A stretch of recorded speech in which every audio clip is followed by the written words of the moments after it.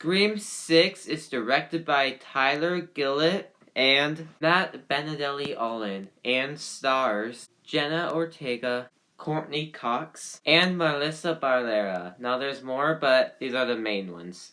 I watched Scream 6 in theaters, and my thoughts on it, I really enjoyed it. Like, I love the New York feel of it. Yes, they could have done more with the New York, because I feel like they could have done this story even if it wasn't in New York, but it made the story more interesting that it was taking place in New York.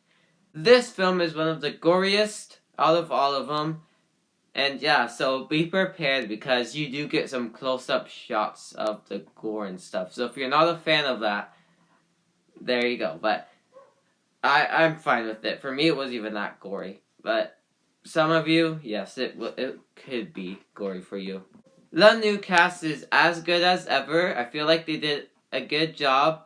I feel like they did as good as they did in Scream 5. Now, this movie has people surviving stuff that you would not survive in real life.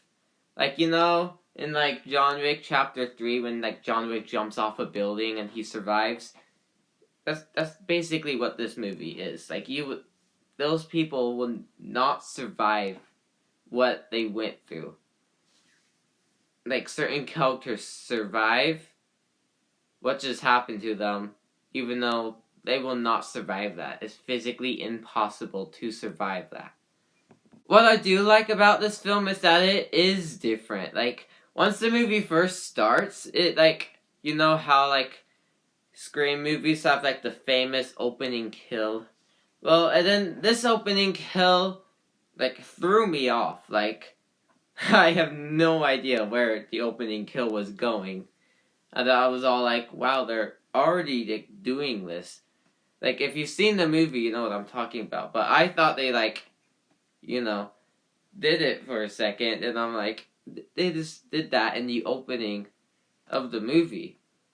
But and then it was like this turnaround thing. The opening was weird, but I enjoyed it still. And then basically this entire movie is stuff different, to like the very beginning to the killer reveal. And most reviews were like, the killer reveal wasn't the best, and after that it started slowing down. But I thought the killer reveal was just as good as the rest of the movie. Yes, it is different, but I still found it to be as good. Now, no, I mean, like, the killers are, like, I was able to guess one of the killers, but that's, like, it's just, like, hard. Like, the killers in this movie are interesting. They're interesting. It's going to be hard for you guys to guess them when you watch the movie. Now, overall, for Scream 6, I love the New York feel of it. I love that they're doing stuff different. I love the new cast still. But they could have done more with the New York setting and, like, changed the story a little bit. But overall, Scream 6 was really good. Compared to Scream 5, I love Scream 5. It's the second best Scream film. Barely, though, for me.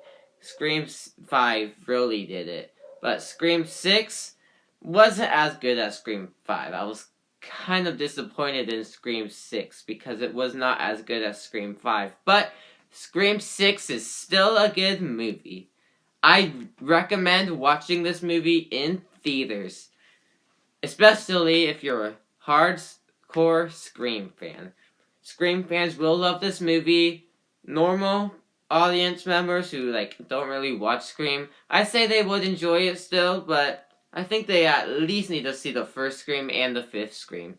Yeah, this movie does call back to, like, the rest of the franchise, but if you're a newcomer, you at least need to watch Scream 1 and 5.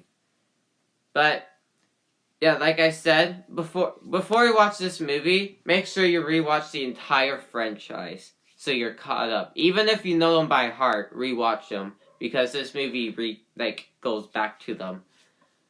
But out of 10, I'm giving Scream 6 a 8.5 out of 10.